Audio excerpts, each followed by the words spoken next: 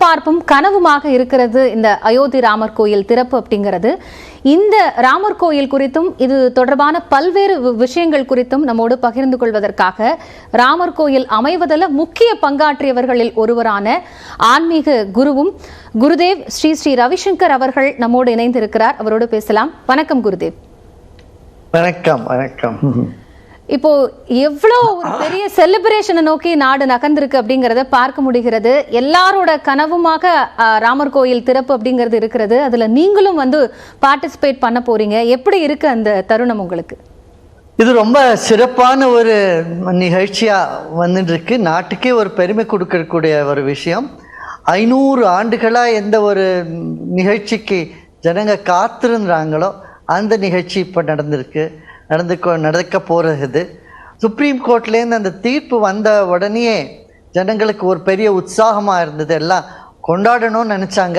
ஆனால் அப்போ கொண்டாடக்கூடாது, எல்லாம் சும்மா இருங்க அப்படின்னு சொல்லி அந்த கொண்டாட்டத்தை அவங்க மனசுலேயே வச்சுருந்தாங்க. இப்போ அந்த கொண்டாட்டத்தை வெளிப்படுத்துறதுக்கு ஒரு டைம் வந்துடுது. அதனால அது ரொம்ப ஜனங்கள்லாம் ரொம்ப உற்சாகத்தோடு இருக்காங்க நாட்டு முழுவதும். 500 ஆண்டுகால போராட்டத்திற்கான பலன் அப்படின்னு குறிப்பிட்டு சொல்லியிருக்கீங்க. இதுல நீங்க இந்த அமைதி பேச்சுவார்த்தையில வாஜ்பாய் காலத்திலிருந்தே முக்கிய நபரா பங்காற்றிட்டு இருக்கீங்க. இந்த சமரச பேச்சுவார்த்தைன்னு தொடங்குனதுல இருந்து இப்போ வரைக்கும் அதனுடைய டிராவல் அப்படிங்கிறது எப்படி இருந்தது? இது ரொம்ப ரொம்ப இன்ட்ரெஸ்டிங் டிராவல். இது இந்த டிராவல் எல்லாமே ஒரு கட்டத்துலேயும் ரொம்ப இன்ட்ரெஸ்டிங்காக இருந்தது. 2001 வாஜ்பாய் அவர் கூப்பிட்டு நம்மளை சொன்னார், குருதேவ் உங்களை எல்லாரும் ஏற்றுக்கிறாங்க, நம்ம சமுதாயம் மட்டும் இல்லை, முஸ்லீம் சமுதாயத்துக்கும் நீங்கள் ஆசிரியராக இருக்கிறீங்க, அதனால் நீங்கள் இதில் முயற்சி செய்யணும்னாங்க. அப்போது இந்த விஸ்வ இந்து பரிஷத்தோட ஹெட்டாக இருந்தார், சீஃபாக இருந்தார், செக்ரட்டரியாக இருந்தார் அசோக் சிங்கல். அவரும் இதே சொன்னார், குருதேவ் நீங்கள் இதில் முயற்சி செல்லுங்க, நீங்கள் ப்ரெஷர் போடுங்க வாஜ்பாய் கவர்மெண்ட் போனாலும் போட்டோம், ஆனால் ராம் மந்திர் முடியணும் அப்படின்னு அவர் சொன்னார். ஏன்னா நிறைய பேர் உயிர் இழந்துட்டு இருந்தாங்க இந்த போராட்டத்தில். அது நம்ம சுய மரியாதைக்கே ஒரு பெரிய பிளாக் ஸ்பாட்டுன்னு ஜனங்க நினச்சிட்டு இருந்தாங்க. ஏன்னா நம்ம நாட்டில் அந்த மாதிரி ராமர் பிறந்த இடத்துல இது மாதிரி அந்த இடத்துல ஒரு வழிபடுறதுக்கு நம்மளுக்கு ஒரு இது இல்லாத இருக்கேன்னு. அப்போது நாங்கள் தொடங்கினோம். அப்போ அவங்கக்கிட்ட முஸ்லீம் பர்சனலா போர்டு கிட்ட போயிருந்தோம். அவங்க கூட எல்லாம் பேச்சுவார்த்தை பண்ணோம், எல்லாம் நடந்தது. அது ஒரு வழியாக போயின்னு இருந்தது. ஆனால் இந்த மாதிரி அது பெரிய காரியத்தில் எல்லாருமே ஒரு சம்மதமாக வருவாங்கன்னு சொல்ல முடியாது இல்லையா? சில பேர்லாம் அது எதிர்ப்பாங்க, சில பேர் ஒத்துப்பாங்க. அது டைம் எடுத்தது.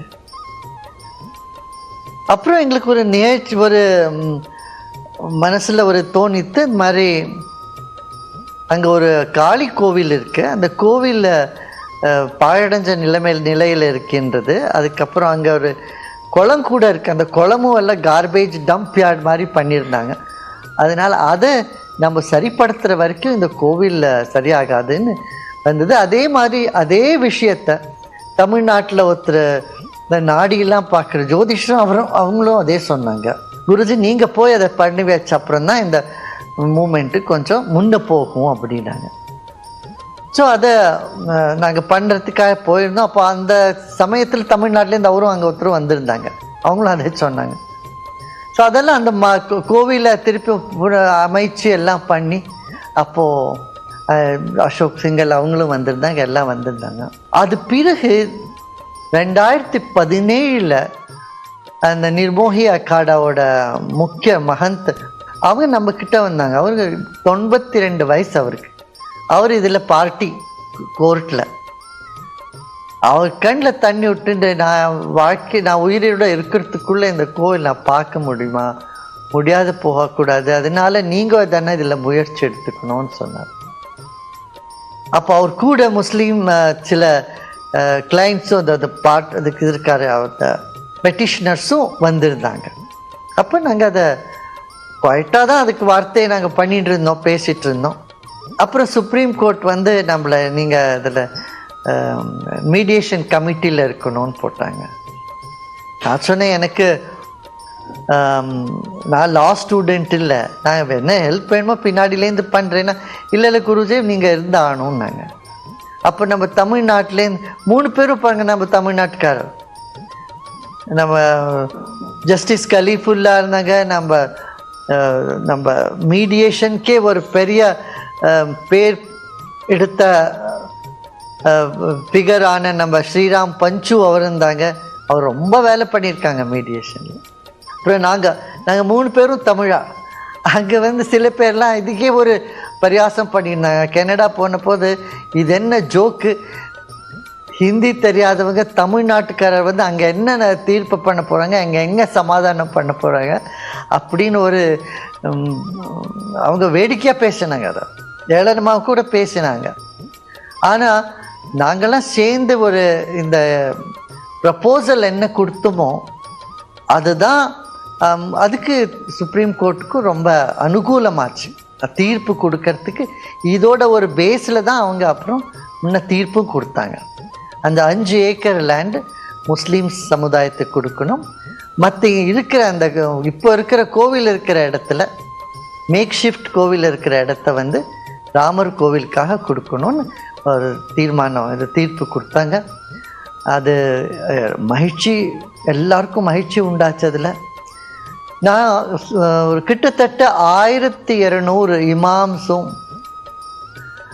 மத தலைவர்களையும் நான் சந்தித்தேன் இந்த டைமில். எல்லாருமே கிட்டத்தட்ட எல்லாருமே அதுக்கு ஒத்துந்தான் போனாங்க. எல்லாரும் பண்ணணும், அப்படி தான் ஆகணும். சில பேர் ஒரு 2, 3, 4 பேரை விட்டால் மற்றவங்க எல்லாரும் யாருமே ஒரு எதிர்ப்பை தெரிவித்து கொள்ளலை.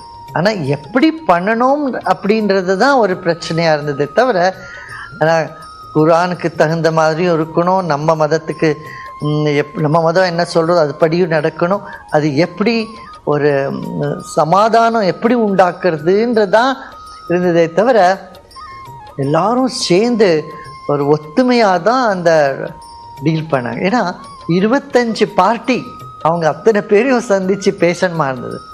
நாங்கள் 8 மாதம் இந்த மீடியேஷன் வேலை பண்ணோம். எவ்ரி டே காலையில் 9 மணிக்கு ஆரம்பிச்சோம்னா ராத்திரி 7-8 மணி வரைக்கும் போயின்னு இருக்கும்.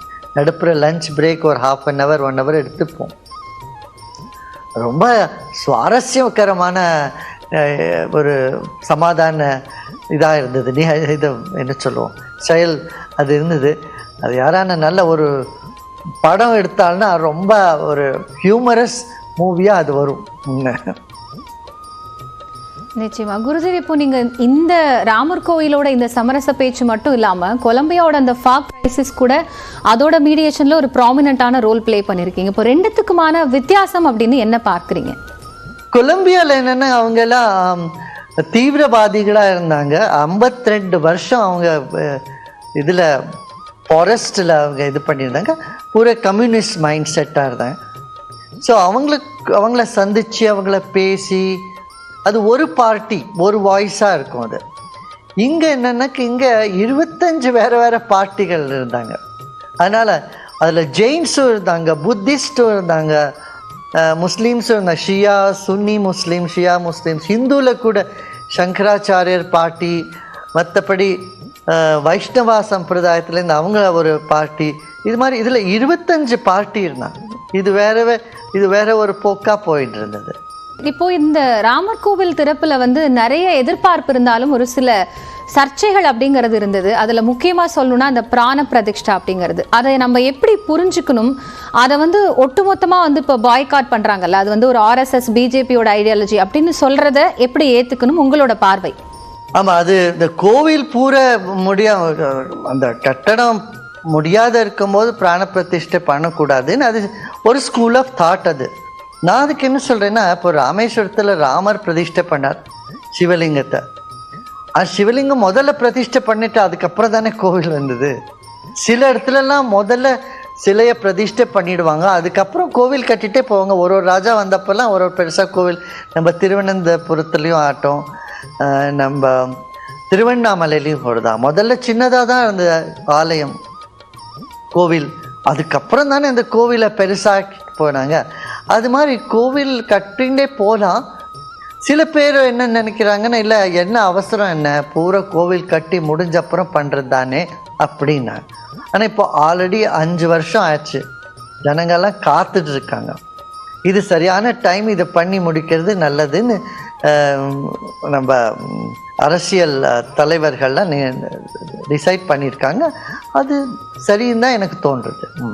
ஆனா இதுல வந்து இப்போ காங்கிரஸ் மாதிரியான எதிர்க்கட்சிகள் புறக்கணிச்சு அவங்க சொல்லக்கூடிய காரணம் இது வந்து ஒரு ஆன்மீக விழா இல்ல, ஒரு அரசியல் விழா அப்படின்னு சொல்றது பத்தின உங்களோட பார்வை? இது மக்களை சேர்ந்தது. மக்கள் எங்க இருக்காரோ, எதுல மக்களுக்கு ஒரு இன்ட்ரெஸ்ட் இருக்கோ அங்க அரசியல் தன்னால வந்துருமே. அதனால இப்போ மக்கள் நேசிச்சு இதை பண்ணணும்னு நினைக்கும் போது எந்த அரசியல்வாதிகளும் அதை பின்தொட்டு அதை அதுலேருந்து பின்வாங்கி போனாங்கன்னா அவங்களுக்கு அதனால தான் லாஸுன்னு நான் நினைக்கிறேன். எல்லாரும் அரசியலுக்கு மேலே எழுந்து இதை பார்க்கணும், நாட்டுக்கு ஒரு பெருமை கொடுக்கக்கூடிய ஒரு நிகழ்ச்சின்னு எல்லாரும் நினச்சி வந்து சேரணும். ஏன்னா இப்போ பாருங்கள், புது பார்லிமெண்ட் ஆச்சு, எவ்வளோ அழகாக இருக்குது, ரொம்ப அருமையான பார்லிமெண்ட் அது. அதே மாதிரி அந்த பார்லிமெண்ட்டு எல்லாரும் சேர்ந்து பண்ணணும். எந்த கட்சி கட்டினா என்ன, எல்லா கட்சிக்காராலும் அங்கே உட்காந்து தானே அதை பார்லிமெண்ட்டில் உட்காந்து தானே நிகழ்ச்சியெல்லாம் நடத்துகிறாங்க. அது மாதிரி இந்த கோவில் ஏதோ ஒரு குறிப்பிட்டான அரசியலுக்கு சேர்ந்ததுன்னு பார்க்காத பொது மக்களை சேர்ந்தது, மக்களோட உணர்ச்சிகளை, அவங்க எண்ணத்தை உணர்ச்சிகளையும் அது சேர்ந்தது அப்படின்னு நினச்சி போகணுமானா அது நல்லதுன்னு எனக்கு தோன்றுறது. அப்படி அரசியலுக்கு அப்பாற்பட்டு பார்க்கணும் அப்படின்னா நீங்க சொன்ன மாதிரி அந்த புது பாராளுமன்ற திறப்பு விழாவில் கூட தமிழ்நாட்டிலேருந்து நிறைய அந்த மடாதிபதிகள் அவங்க எல்லாம் போயிருந்தாங்க. ஆனா இப்போ குறிப்பிட்டு இது ஆகம விதிப்படி இல்லை அப்படின்னு ஏன் சங்கராச்சாரியார்கள்லாம் புறக்கணிக்கணும்? எல்லா சங்கராச்சாரியரும் அப்படி சொல்லலையே. பாருங்க, ஆகமெல்லாம் ஒன்றும் இல்லை, 108 ஆகமங்கள் இருக்கு. அதனால சில பேர் அதான் நான் சொன்ன மாதிரி சில பேர் அந்த கோவில் பூரா கட்டின பிறகுதான் போகணுன்றாங்க. இப்போ முகூர்த்தம் பார்க்கறது, சில முகூர்த்தம் சரியில்லைன்றாங்க. எந்த முகூர்த்தமானாலும் நீங்கள் நம்ம எடுத்துட்டாலும் அது 100% சரியாகும்னு சொல்லவே முடியாது. எல்லா முகூர்த்தத்துலையும் ஏதான ஒரு குறை இருந்தே இருக்கும். அது மாதிரி அந்த குறையெல்லாம் தூரம் போகணுன்னாக்க மாதிரி ஆன்மீக தலைவர்கள், சித்தர்கள், சன்னியாசிகள் நம்மளாம் போய் உட்காந்து அந்த அதில் குறைகள் எதான இருந்தாலும் அதை நீக்கிடுவாங்க. குருமார்கள் இருக்கிறதே அதுக்கு தான், குறைகளை நீக்கி நல்ல மகிழ்ச்சியான ஒரு அருளையும் ஆசையும் கொடுக்கறதுக்கு தான் குருகள் இருக்கிறது. அது பண்ணுற சக்தி தகிமை இருக்கும் இல்லையா? அதனால அது ஒரு பெரிய விஷயம் இல்லை. முகூர்த்தம் இன்னும் நல்ல முகூர்த்தம் ராமநவமியில் பண்ணணும்னு சில பேர் வடநாட்டுக்காரங்களாம் அது சொல்கிறாங்க. ஆனால் அடுத்த வருஷத்துக்கு பேர் குரோதி நாம சம்வத்சரம். குரோதினா கோபம்னு. இந்த வருஷத்துக்கு பேர் சுபகிருத், அதாவது நல்ல செயல்களை செய்யக்கூடிய வருஷம்னு. அதனால் இந்த வருஷத்தில் பண்ணுறது சிறப்பானதுன்னு எனக்கு தோன்றுது. இப்போ ராமர் கோவில் அப்படிங்கும் பொழுது அது தமிழ்நாட்டுக்கும் அங்கே இருக்கக்கூடிய அந்த அயோத்திக்குமான அந்த கனெக்டிவிட்டி என்ன? பொதுவாகவே வந்து தமிழக மக்களுக்கு வந்து அதனுடைய ஈடுபாடு அப்படிங்கிறது அதிகம். அதனால தான் ராமேஸ்வரத்தில் அதிக மக்கள் போகிறாங்க. இப்போ அந்த கனெக்டிவிட்டி எப்படி புரிஞ்சுக்கலாம்?